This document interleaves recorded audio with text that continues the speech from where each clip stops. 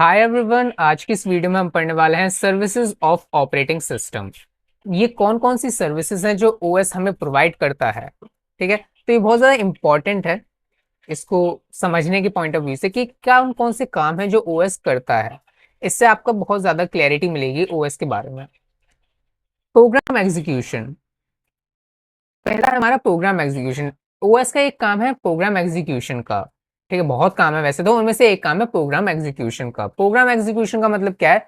मतलब मान लो मैंने जैसे आपको ऑपरेटिंग सिस्टम के इंट्रोडक्शन में पढ़ाया भी था कि हर चीज जो चलती है आपके सिस्टम में वो ओएस की वजह से ही चलती है। ओएस के बिना आपका सिस्टम जो है बस एक डब्बा है। ठीक है, तो प्रोग्राम एग्जीक्यूशन का मतलब क्या है? ओएस प्रोग्राम एग्जीक्यूशन कैसे करता है? मतलब मान लो कोई भी आपने फाइल फोल्डर या कोई भी ऐप खोला, ठीक है, या फिर ब्राउजर खोला या यूट्यूब पे वीडियो देखनी है आपको, तो सभी चीजें क्या है? सभी चीजें, कुछ भी चीज आपको चलानी है या फिर आपको अपना कोड रन करना है, तो वो सब चीजें क्या होती हैं? हमारी रन होने होती हैं सीपीयू में, है ना। सब चीजें कौन एग्जीक्यूट करता है? एग्जीक्यूशन का काम किसका? सीपीयू का है। लेकिन सीपीयू के पास वो प्रोग्राम्स कैसे जाएंगे, ये कौन भेजता है? ये ओएस भेजता है। ठीक है, मतलब कि क्या होता है, जैसे मान लो कोई भी आपने फोल्डर खोला तो सबसे पहले जो भी आपके पास परमानेंट स्टोरेज डिवाइस है वो वहां पर स्टोर होगा ना पहले। मतलब कि मान लो आपके पास सेकेंडरी स्टोरेज ये सेकेंडरी मेमोरी है, यहाँ पर आपके जो है फाइल्स प्रेजेंट होती हैं, है ना। ब्लॉक्स होते हैं वैसे यहाँ पर, वैसे आगे आप पढ़ोगे जब आप चैप्टर के डीप में जाओगे, लास्ट के कुछ चैप्टर्स में आप सेकेंडरी मेमोरी के बारे में पढ़ोगे कि कैसे ब्लॉक्स में प्रेजेंट होते हैं। लेकिन अगर हम यहाँ बात करें तो सबसे पहले आपका जो फाइल फोल्डर, जितनी भी आपके अंदर जो भी स्टोरेज है आपके सिस्टम में, वो सेकेंडरी मेमोरी में होती है, जो कि हमारी परमानेंट स्टोरेज होती है। लेकिन जब भी आपको चीज रन करनी पड़ती है तो वो चीज, वो जो फाइल है या जो भी प्रोग्राम है, वो सबसे पहले आता है हमारा रैम में। रैम को हम क्या कहते हैं? मेन मेमोरी भी कहते हैं। वो रैम में आता है और रैम में किसी एक ब्लॉक पे जाके क्या होता है? वो स्टोर हो जाता है। और इस रैम से मान लो इस ब्लॉक पे स्टोर हो गया, और उस रैम से वो प्रोग्राम जो है वो सीपीयू पे जाकर एग्जीक्यूट होता है।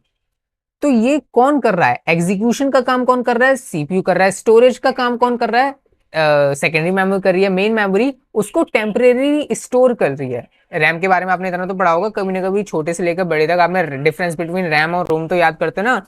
तो रैम क्या है? रैम परमानेंट स्टोरेज नहीं करती है। सेकेंडरी मेमोरी में परमानेंट स्टोरेज होता है, रैम में टेम्परेरी स्टोरेज होता है। ठीक है, तो इसलिए आपको जो प्रोग्राम है अगर उसको रन करना है आपको, तो इसलिए उसको सबसे पहले मेन मेमोरी में आना पड़ता है। मेन मेमोरी से फिर वो कहाँ जाता है? एग्जीक्यूट होने जाता है सीपीयू में। ठीक है, सीपीयू उसको एग्जीक्यूट करता है। लेकिन ये काम कौन करता है? कौन इन सबको मैनिपुलेट करता है फाइल्स को इधर से उधर? ये करता है हमारा ओएस। सो प्रोग्राम एग्जीक्यूशन का काम क्या है? ओएस का है। It is the operating system that manages how a program is going to be execute. ये ऑपरेटिंग सिस्टम ही है जो मैनेज करता है कि कैसे प्रोग्राम्स जो हैं एग्जीक्यूट होंगे। लेकिन एग्जीक्यूट कौन करता है? सीपीयू करता है। It loads the programme into the main memory after which it is executed. ये ओएस ये जो क्या करता है? प्रोग्राम्स को लोड करता है हमारे मेन मेमोरी में। जो भी मैंने आपको बताया, ये ओएस ये जो प्रोग्राम को मेन मेमोरी में लोड करता है, कहां से? सेकेंडरी मेमोरी से। जिसके बाद वो एग्जीक्यूट करे जाते हैं। किसके द्वारा एग्जीक्यूट करे जाते हैं? सीपीयू के द्वारा। The order in which they are executed depends on the CPU scheduling algorithm. ये किस ऑर्डर में एग्जीक्यूट होंगे? मान लो आपने बहुत सारी चीजें चला दी, फाइल भी खोल दिए, फोल्डर भी खोल दिए, डिफरेंट डिफरेंट एप्स खोल दिए, तो मेन मेमोरी में बहुत सारे क्या होते हैं? ब्लॉक्स हैं, उनमें जाके ये सब क्या हो गए? आ गए। ठीक है, लेकिन या फिर बहुत सारे यहाँ पर प्रोग्राम्स आ चुके हैं।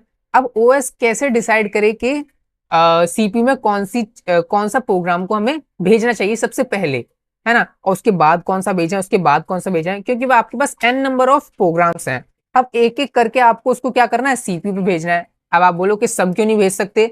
क्योंकि आपको पता होना चाहिए कि सीपीयू जो हमारा होता है एक बार में सिर्फ और सिर्फ एक प्रोग्राम को एग्जीक्यूट करता है। ठीक है, मतलब एक बार में एक ही चीज वो क्या करता है? रन कर सकता है हमारा सीपीयू। ठीक है, एक बार में एक ही काम करता है हमारा सीपीयू, तो इसलिए हमें क्या करना पड़ेगा? हमें सीपीयू शेड्यूलिंग एल्गोरिथम की जरूरत पड़ी। ये आपका एक अलग से ही चैप्टर है जो कि सेकंड चैप्टर आप पढ़ोगे। इसमें डिफरेंट डिफरेंट शेड्यूलिंग एल्गोरिथम होती हैं। मतलब कि उनमें क्या होता है? उनमें होता है कि कौन से ऑर्डर में ये सारी जो एन नंबर ऑफ प्रोसेसेस आई हैं इनको कौन से ऑर्डर में भेजना है, मतलब सबसे पहले कौन हो जाएगा सीपीयू के पास एग्जीक्यूट होने, सेकंड नंबर पे कौन जाएगा, थर्ड नंबर पे कौन जाएगा। डिफरेंट डिफरेंट एल्गोरिथम आप वहां पर पढ़ोगे जो मैं आपको पढ़ाऊंगा, ठीक है। लेकिन अभी के लिए इतना समझो कि schedule n number of processes है, मान लो यहाँ पर 5 प्रोसेसेस हैं, तो 1 2 3 4 5 5 प्रोसेसेस हैं, तो कौन सी प्रोसेस एग्जीक्यूट होने जाएगी, किस ऑर्डर में एग्जीक्यूट होने जाएंगे सीपीयू के पास, क्योंकि सीपीयू हमारा सिर्फ और सिर्फ एक बार में एक चीज एग्जीक्यूट कर सकता है, सिर्फ एक बार में एक काम करता है। लेकिन आपके मन में ये सवाल उठ रहा होगा कि हम तो यहाँ पर इतनी सारी चीजें चलाते हैं, आप यहाँ पर, मैं अपनी बात करूं या तो मैं यहाँ पर ये पीडीएफ खोल के भी बैठा हूं, मैं ब्राउजर का भी यूज कर रहा हूं, और ये क्या है, मैं कैमरा का भी ओबीएस स्टूडियो का भी यूज कर रहा हूं, और ये मैं अपने जो वायर से कनेक्टेड है मेरा पेन टैबलेट, उसका भी यूज कर रहा हूँ, ठीक है। तो इतने सारी चीजों का मैं यूज कर रहा हूँ, तो मेरा सीपीयू एक बार में एक काम करता, तो ये सारे काम कैसे कर पा रहा है ना, और मेरा ऑडियो रिकॉर्ड भी हो रहा है मेरे वो माइक से, तो ये सारे काम कैसे कर पा रहा है। तो वैसे तो हम इसमें डिटेल में उसी चैप्टर में पढ़ेंगे, लेकिन अगर यहाँ पर इसका आंसर दूं, इसका आंसर है कॉन्टेक्स्ट स्विचिंग की मदद से।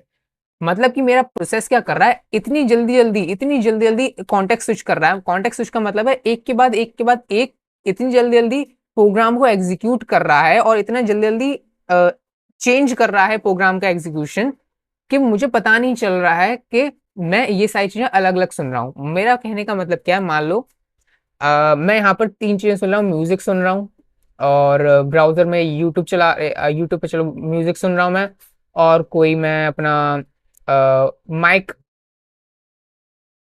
म्यूजिक सुन रहा हूँ, और अपना मैं माइक यूज कर रहा हूँ, ठीक है, और कैमरा यूज कर रहा हूँ। तो ये सारी चीजें जो है मैं यहाँ पर यूज कर रहा हूँ, ठीक है।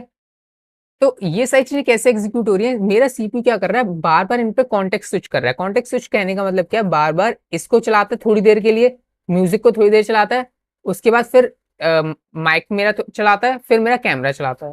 यही ऑर्डर वो बार बार रिपीट करता रहता है, करता रहता है।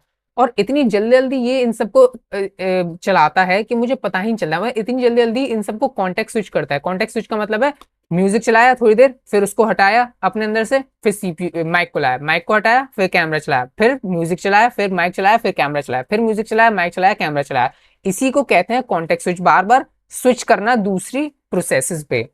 तो ये इतना जल्दी जल्दी, कुछ नैनो सेकंड्स में इतना जल्दी जल्दी वो कॉन्टेक्स्ट स्विच कर देता है कि मुझे दिख ही नहीं पाता है कि यहाँ पर ये डिले हो रहा है, ठीक है। तो ये चीज है, वैसे आप सीपीयू शेड्यूलिंग में इसको डिटेल में और पढ़ोगे। कुछ शेड्यूलिंग एल्गोरिथम के नाम दे रखे हैं, वहीं पर आपको समझ में आएंगे इन सब का क्या काम है, बहुत इंपॉर्टेंट है एग्जाम पॉइंट ऑफ व्यू से, यहाँ पर न्यूमेरिकल आ जाएंगे। When the program is in execution the operating system also handles deadlock. जब प्रोग्राम हमारा एग्जीक्यूशन में होता है तो हमारा ऑपरेटिंग सिस्टम डेडलॉक भी हैंडल करता है। डेडलॉक का एक अलग से चैप्टर है, उसके बारे में फिर आप पढ़ोगे वहां पर। लेकिन इसमें मैंने यहाँ पर थोड़ी सी बस डिफाइन लिख दिया कि डेडलॉक के बारे में आपको थोड़ा सा पता चल सके कि that means no two processes come for execution at the same time. मतलब कि दो प्रोसेसेस एक साथ एग्जीक्यूट होने के लिए ना आ जाएं हमारे सीपीयू के पास। तो अगर दो प्रोसेसेस आ गई तो वो डेडलॉक हो जाता है ना। तो इनसे भी कौन प्रोटेक्ट करता है, हमारा ओएस प्रोटेक्ट करता है। डेडलॉक के बारे में वैसे आप उसी चैप्टर में, जब डेडलॉक वाला चैप्टर आएगा अलग से, उसमें जानोगे, तब आपको ये लाइन और ज्यादा क्लियर हो जाएगी मैं कहना क्या चाहता हूँ। The operating system is responsible for the smooth execution of both user and system programmes.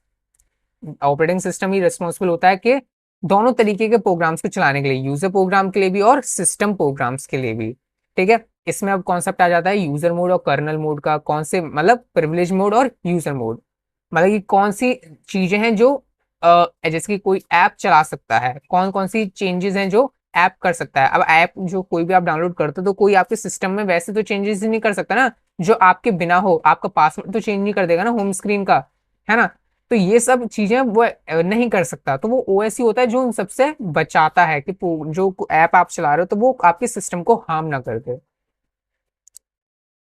The operating system utilities utilize various resources available for the effective running of all types of functionality। Operating system क्या करता है, जितने भी resources हैं आपके system में available, resources क्या क्या होते हैं, हार्डवेयर जितने भी कंपोनेंट्स आपने लगा रखे हैं, रैम रोम, क्या होते हैं, एसएसडी, एचडीडी, ठीक है, ये सब जो भी चीजें आपने अपने सिस्टम में लगा रखी हैं वो सब रिसोर्सेज होते हैं सिस्टम के। तो ऑपरेटिंग सिस्टम यूटिलाइज करता है इन सारे रिसोर्सेज का इस्तेमाल करता है आप जो भी चीज चलाना चाहते हो उसको चलाने के लिए, और या फिर जो भी फंक्शनैलिटी आपको प्रोवाइड करनी है उसको, फंक्शनैलिटी मतलब जो भी चीज आप चलाना चाहते हो उसको इफेक्टिवली चलाए वो, इन सब चीजों के लिए वो ऑपरेटिंग सिस्टम रिस्पॉन्सिबल होता है।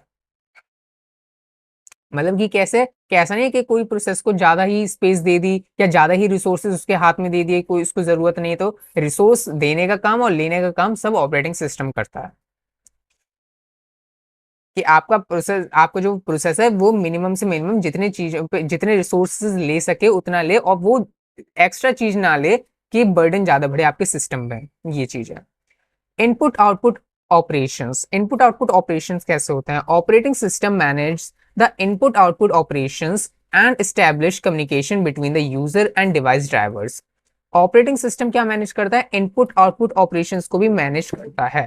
ठीक है, ये क्या करता है, कैसे करता है? वैसे लिखा है establish a connection, sorry communication between the user and the device driver. मतलब ये क्या करता है, जो भी आप इनपुट आउटपुट डिवाइसेस लगाते हो, ठीक है, मान लो स्पीकर लगाया या कोई भी आपने इनपुट आउटपुट डिवाइसेस आपने अपने सिस्टम पे लगाया, तो उसका एक डिवाइस ड्राइवर आपके किस में प्रेजेंट होगा? ओएस के पास होगा आपके सिस्टम में भी होगा। आप अगर प्रिंट करना है आपको, तो प्रिंट के लिए भी आपके सिस्टम में एक ड्राइवर प्रेजेंट होगा, जो कि क्या जरूरत होती है ड्राइवर की? ओएस क्या करता है, ओएस को नहीं पता कि वो प्रिंटर कौन सी भाषा समझे, उस प्रिंटर से कैसे कम्युनिकेट करना है उसको नहीं पता ओएस को आपको, तो उस प्रिंटर का डिवाइस ड्राइवर आपके सिस्टम में होगा। आप अपने सिस्टम पे जाओ तो ड्राइवर्स में आप जाओगे तो वहां पे आपको फोल्डर मिल जाएगा ड्राइवर्स का, उसमें आपको बहुत सारी फाइल्स मिलेंगी। तो वो फाइल्स डिलीट मत कर देना, वो फाइल्स ओएस को जरूरत पड़ती है जब वो कम्युनिकेट करता है इनपुट आउटपुट डिवाइसेस से। क्यों कम्युनिकेट करता है, उन सब की जरूरत क्यों पड़ती है? क्योंकि वो बाहरी है, इनपुट आउटपुट डिवाइस आउटसाइड वाले होते हैं, आउटसाइडर हैं। तो आउटसाइडर से बात करने के लिए उसको नहीं पता कैसे बात होती है, तो इसलिए वो डिवाइस ड्राइवर्स की मदद लेता है उनसे बात करने के लिए। एक तरीके से लैंग्वेज मान सकते हो कि प्रिंटर बोलता अलग लैंग्वेज है अभी के लिए, ठीक है, आगे जब सिस्टम पढ़ोगे तो आपको पता चल जाएगा कि चीजें कैसे काम कर रही हैं। ठीक है, चीजें कैसे काम कर रही हैं वो आपको फिर पता चल जाएगा। तो उसके लिए डिवाइस ड्राइवर्स का यूज करता है। Device drivers are software that is associated with the hardware that is being managed by the OS, so that the synchronise बोलते हैं इसको, synchronise between the device works properly. मतलब जो बातचीत है, सिंक्रोनाइजेशन का मतलब है कि जो तालमेल है, सिंक्रोनाइज का मतलब होता है तालमेल, मतलब जो प्रिंटर को जो हमें बताना है सिस्टम को, वो बता सके और वो समझ सके सिनेरियो क्या हो रहा है। ठीक है, सिंक्रोनाइज का मतलब होता है बातचीत। तो डिवाइस ड्राइवर्स जो होते हैं वो क्या होते हैं? वो सॉफ्टवेयर होते हैं जो कि एसोसिएटेड होते हैं हार्डवेयर के साथ। मतलब हर एक हार्डवेयर का जो आप लगाते हो अपने सिस्टम में उसका एक अलग से डिवाइस ड्राइवर होता है। ठीक है, ऐसे नहीं एक डिवाइस ड्राइवर है वो सब पे काम करता है, नहीं, हर एक हार्डवेयर का अलग डिवाइस ड्राइवर होता है जो कि आपके सिस्टम में प्रेजेंट होता है, जो कि कौन मैनेज करता है? ओएस मैनेज करता है। ओएस उनकी मदद लेता है ताकि वो सिंक्रोनाइज बना सके कम्युनिकेशन को उन डिवाइस ड्राइवर के साथ, मतलब ताकि वो बातचीत अच्छे से कर सके, इफेक्टिवली वो उन सबसे कम्युनिकेट करके आपका काम कर सके। It also provides access to input output devices to a program when needed. ये इनपुट आउटपुट डिवाइसेस को एक्सेस भी प्रोवाइड कराता है जब जरूरत पड़ती है, मतलब इनपुट के लिए जरूरत पड़ी तो वो क्या करेगा? ओएस ही है जो उस इनपुट को आपकी स्क्रीन पे लाएगा। File management. अब फाइल मैनेजमेंट का क्या काम होता है? फाइल मैनेजमेंट का भी आपका एक अलग चैप्टर आएगा, लेकिन चलो उसमें फिर और पढ़ लेते हैं। फाइल मैनेजमेंट में क्या होता है? फाइल मैनेजमेंट में कुछ नहीं है, सेकेंडरी मेमोरी में बहुत सारे ब्लॉक्स प्रेजेंट होते हैं, डिस्क ब्लॉक्स जिनको हम कहते हैं। जब चैप्टर आएगा उसमें और डिटेल में पढ़ोगे, लेकिन बस हम सर्विसेज के बारे में जाने तो फाइल्स को आपकी जितनी भी फाइल्स हैं, फाइल्स फोल्डर हैं आपके सिस्टम में जितने भी प्रेजेंट हैं, उन सबको मैनेज करने का काम कौन करता है? आपका ओएस करता है। मतलब कि आपकी जो फाइल है, आपको तो पता है मैंने इस फोल्डर में रखी है, ठीक है, उसको जाके वो क्या करता है? सेकेंडरी मेमोरी में स्टोर करेगा ना, तो सेकेंडरी मेमोरी में कौन से ब्लॉक पे वो स्टोर करेगा, है ना, वो चीज कौन डिसाइड करता है? ओएस डिसाइड करता है। The operating system helps in managing files also. It if a program needs access to a file, it is the operating system that grant access. और कौन कौन सी सर्विसेज प्रोवाइड करता है फाइल मैनेजमेंट में? ये programme ही अगर किसी प्रोग्राम को फाइल का एक्सेस चाहिए तो वो ऑपरेटिंग सिस्टम ही है जो फाइल का एक्सेस प्रोवाइड करता है। These permission include read only, read write etcetera. मतलब कोई भी आप प्रोग्राम चला रहे हो, अगर उसको फाइल्स एक्सेस करनी है तो उसके कौन परमिशन प्रोवाइड करेगा? ऑपरेटिंग सिस्टम प्रोवाइड करेगा। परमिशंस में कौन कौन से आते हैं कि सिर्फ रीड कर सकता है या रीड राइट कर सकता है, ये सब। It also provides a platform for the user to create and delete file. अब मैंने आपको जैसे कि ऑपरेटिंग सिस्टम जब समझा रहा था, आपको सबसे पहले बताया था कि जब आप क्या करते हो, राइट क्लिक करोगे अपने डेस्कटॉप पे और न्यू पे जाओगे, एक फोल्डर बनाओगे, तब आपने डायरेक्टली कम्युनिकेशन करा है ओएस के साथ। तो वही चीज़ है, अगर आपको कोई भी चीज़ अगर फाइल क्रिएट करनी है, डिलीट करनी है, तो वही ओएस ही है जो ये सब काम करता है। The operating system is responsible for making decision regarding the storage of all type of data और फाइल्स। ये ऑपरेटिंग सिस्टम है जो कि सभी डिसीजंस लेता है, यानी कि मैनेज करता है सभी के कैसे सभी तरीके का डेटा और फाइल्स कैसे स्टोर होंगी आपके सिस्टम में। जैसे कि कौन कौन से स्टोरेज डिवाइसेस होते हैं, फ्लॉपी डिस्क होता है, हार्ड डिस्क होता है, पेन ड्राइव होती है। तो कैसे ये सारी जो फाइल्स हैं आपकी स्टोर होंगी इन सब डिवाइसेस पे, ये कौन डिसाइड करता है? ऑपरेटिंग सिस्टम डिसाइड करता है। The operating system decides how the data should be manipulated and store. ये ऑपरेटिंग सिस्टम ये जो डिसाइड करता है कि कैसे फाइल्स का मैनिपुलेशन, इधर उधर फाइल्स को कहाँ यूजर करना चाहता है उसके हिसाब से कहाँ मैनिपुलेट करना है, कहाँ पर कौन से ब्लॉक पे जाके इनको स्टोर करना है, कैसे वहीं पर जाके वो रिट्रीव हो सके इफेक्टिवली, वो सारी ऑपरेटिंग सिस्टम देखता है। अब आता है हमारा कम्युनिकेशन बिटवीन प्रोसेसेस। प्रोसेसेस के बीच में कैसे कम्युनिकेशन होता है, इनका भी रिस्पॉन्सिबल कौन होता है? ऑपरेटिंग सिस्टम होता है इनकी कम्युनिकेशन का भी। The operating system manages the communication between processes. Communication between processes include data transfer among them. अब कम्युनिकेशन क्यों करेगा कोई इंसान किसी के, मतलब दो प्रोसेस कम्युनिकेट क्यों करेंगी? जब उनको डेटा एक दूसरे के बीच ट्रांसफर करना है या फिर यूज करना है, इसके लिए। ठीक है, तो वो ओएस ही है जो इनका कम्युनिकेशन कराता है। दो प्रोसेसेस का कम्युनिकेशन भी कौन कराता है? ओएस कराता है। If the processes are not on the same computer but connected through a computer network, then also their communication is managed by the operating system itself. अब जब अगर आपका जो कम्युनिकेशन है, अगर मान लो दूसरे कंप्यूटर के साथ है, तो भी उसका कम्युनिकेशन कंप्यूटर नेटवर्क के थ्रू कनेक्ट होगा, फिर तो कम्युनिकेशन है ना। तो वो नेटवर्क के थ्रू जो अगर आप कम्युनिकेट कर रहे हो किसी भारी सिस्टम से, तो वो भी आप ओएस की मदद से ही करोगे। ऐसा नहीं उसके लिए ओएस का जरूरत नहीं पड़ रही है, आप बोलोगे मैं तो दूसरे सिस्टम से यहाँ पर फाइल ट्रांसफर कर रहा हूँ, तो वो भी आप इसलिए कर पा रहे हो क्योंकि आपके सिस्टम में ओएस प्रेजेंट है। अगर ओएस नहीं होगा तो आप ये चीज भी नहीं कर पाओगे। तो बहुत इंपॉर्टेंट पॉइंट है रिमेंबर करने के लिए कि कंप्यूटर नेटवर्क्स में भी, मतलब कि अगर आप दूसरे सिस्टम से भी कम्युनिकेट कर रहे हो तो भी आपको ओएस की जरूरत है। और अगर विद इन द सिस्टम बातचीत कर रहे हैं, दो प्रोसेसेस के बीच में डेटा ट्रांसफर हो रहा है, तो उसमें भी ओएस की जरूरत पड़ती है। एरर हैंडलिंग में भी हमारा ओएस काम आता है। Operating system also handles error occur in the CPU if input output devices etcetera. Error handling का काम भी ऑपरेटिंग सिस्टम करता है। अगर कोई भी एरर होते हैं आपके इनपुट आउटपुट डिवाइसेस में, है ना, आपके में पॉपअप भी आ जाता है। कभी कभी आपने देखा होगा कि ये सिस्टम में एरर आ रहा है, तो आपको ये प्रोसेस को टर्मिनेट करना है कि नहीं करना है, तो आप उसमें वेट कर देते हो या वो टर्मिनेट कर देते हो कि क्लोज कर देते हो, वो चीज़ें। It also ensure that an error does not occur frequently and fix the error. और वो ऐसा काम भी करता है ओएस कि ये जो एरर अब ऑकर हुआ है वो बार बार ऑकर ना हो। It also prevent the process from coming to a deadlock. ये और कैसे प्रिवेंट करता है? ये प्रोसेसेस को डेडलॉक तक आने से भी रोकता है। डेडलॉक क्या होता है उस चैप्टर में हम वैसे पढ़ लेंगे, इस लाइन को चाहो अभी के लिए स्किप कर सकते हो। लेकिन डेडलॉक कुछ नहीं होता है, मतलब मान लो एक प्रोसेस कुछ रिसोर्सेज होल्ड करके रखती है और दूसरा कोई प्रोसेस है वो भी कुछ रिसोर्स होल्ड करके बैठा है। अब मतलब P1 प्रोसेस है वो कुछ रिसोर्स होल्ड करके बैठी है, P2 प्रोसेस है वो कुछ रिसोर्स होल्ड करके बैठी है। अब P1 प्रोसेस को P2 के रिसोर्स चाहिए और P2 को P1 के रिसोर्स चाहिए, लेकिन दोनों कह रहे हैं कि हम अपने रिसोर्सेज नहीं छोड़ेंगे, तो यहाँ डेडलॉक बन गया। P1 कह रहा है कि P2 तू अपने रिसोर्स छोड़ के मैं एग्जीक्यूट हो सकूं, और P2 कह रहा है मैं अपने नहीं छोड़ूंगा, तू अपने रिसोर्स छोड़ दे मैं ताकि एग्जीक्यूट हो सकूं, और दोनों क्या इसी तू मैं में लगे हुए हैं। इसके लिए बहुत बढ़िया एग्जाम्पल होता है कि मान लो दो ड्राइवर अगर आ गए यहाँ पर गाड़ी लेकर एक हाईवे पे, कि एक बार ही गाड़ी जा सकती है, ठीक है, तो यहाँ पर आ गए, तो ये ड्राइवर कह रहा है कि तुम पीछे हो, ये ड्राइवर कह रहा है तुम पीछे हो, और दोनों ही पीछे नहीं हो रहे हैं एटीट्यूड में कि भैया क्यों हूँ पीछे। तो पीछे कोई हो ही नहीं रहा है, कोई पीछे हो ही नहीं रहा है, तो उसकी वजह से यहाँ पर क्या हो रहा है, डेडलॉक हो गए, इसके आगे यहाँ पर काम बढ़ ही नहीं पा रहा है, यहाँ पर ये रुक के बैठ गए, है ना, कि तू पहले पीछे होगा कि तू पहले पीछे होगा, कोई पीछे होगा ही नहीं और यहाँ पर ये बैठे रहेंगे पूरे। तो इसलिए ये इसी को हम कहेंगे डेडलॉक। वहां जब पढ़ोगे इसके बारे में तो थोड़ा बहुत और क्लैरिटी आ जाएगी, लेकिन इसी को हम डेडलॉक कहते हैं। तो इसको होने से भी कौन बचाता है? अब यहाँ पर ट्रक है, यहाँ पर क्या कर दो, प्रोसेसेस कर दो, दो प्रोसेसेस एग्जीक्यूट नहीं होंगे, यानी कि वो काम जो यूजर करना चाहता है वो होगा ही नहीं, तो उससे भी क्या करता है, डेडलॉक होने से भी हमारा ओएस बचाता है। It also look for any type of error और bug that can occur while doing any task. ये सब चीजों को देखता है, एरर और बग जो भी उस टास्क को होते रोक सकती हैं, उन सबको भी क्या करता है, वो मैनेज करता है। The well secured OS sometime also occur a countermeasure for preventing any sort of breach of the computer system for any external source and probably handle them।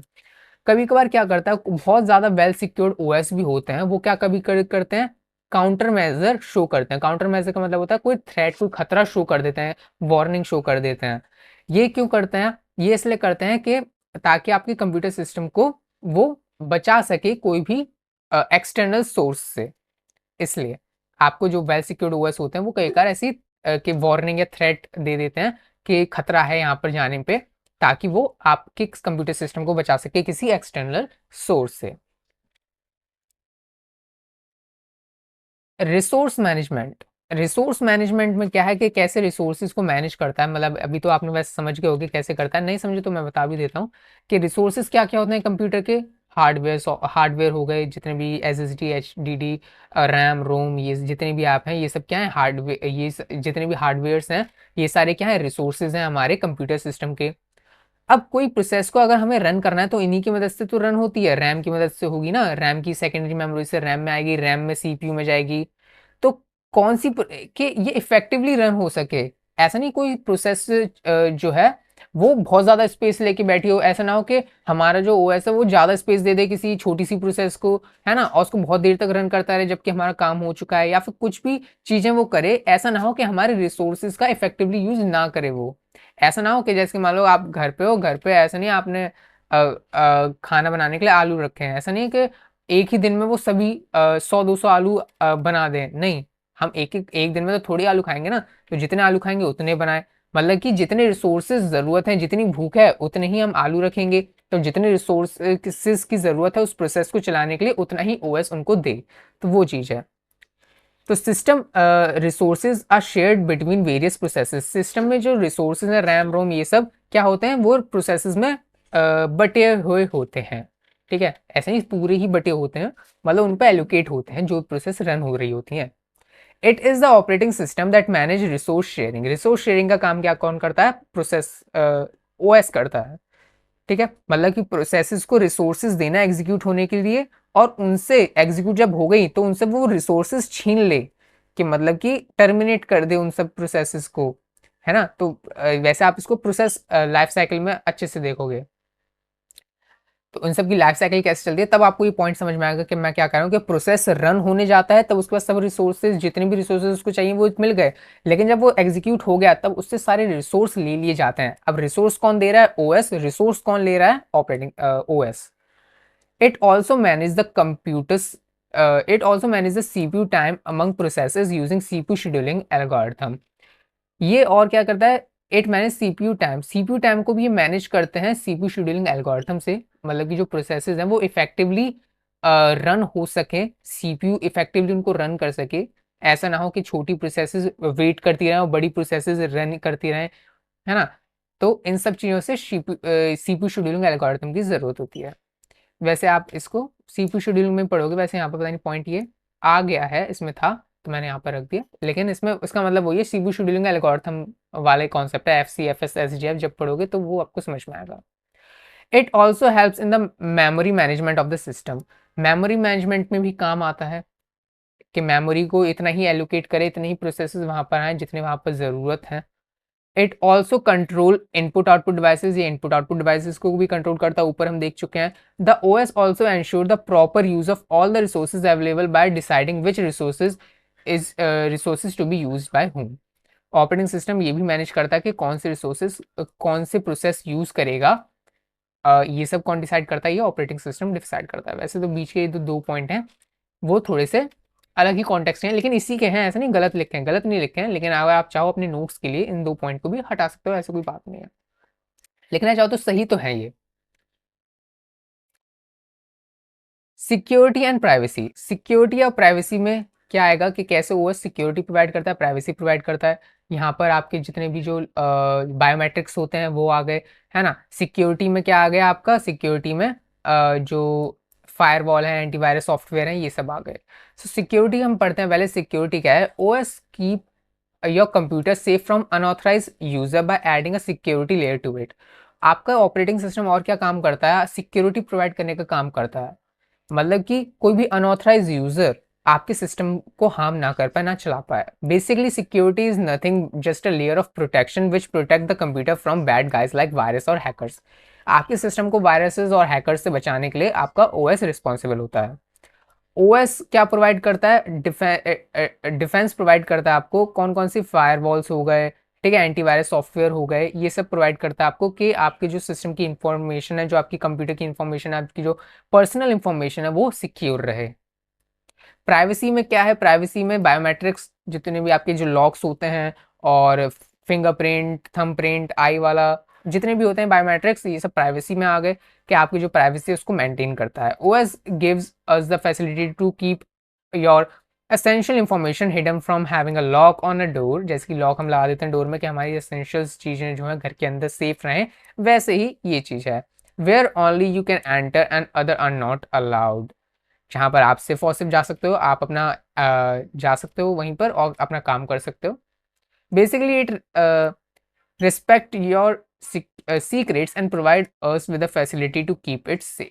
ये हमारे सीक्रेट्स की रिस्पेक्ट करता है और हमें बस थ्योरेटिकल लिखा है, आपको समझा दिया। बायोमेट्रिक्स का एग्जांपल है, अब आप समझिएगा कौन कौन कैसे कैसे प्राइवेसी प्रोवाइड करता है। इसी के बाद हमारा हो गया ये services of operating system complete. अब हम पढ़ेंगे टाइप्स ऑफ ऑपरेटिंग सिस्टम के बारे में। आई होप आपको समझ में आएगा। कोई डाउट हो तो आप अपना कमेंट में पूछ सकते हो। So thank you for watching this video.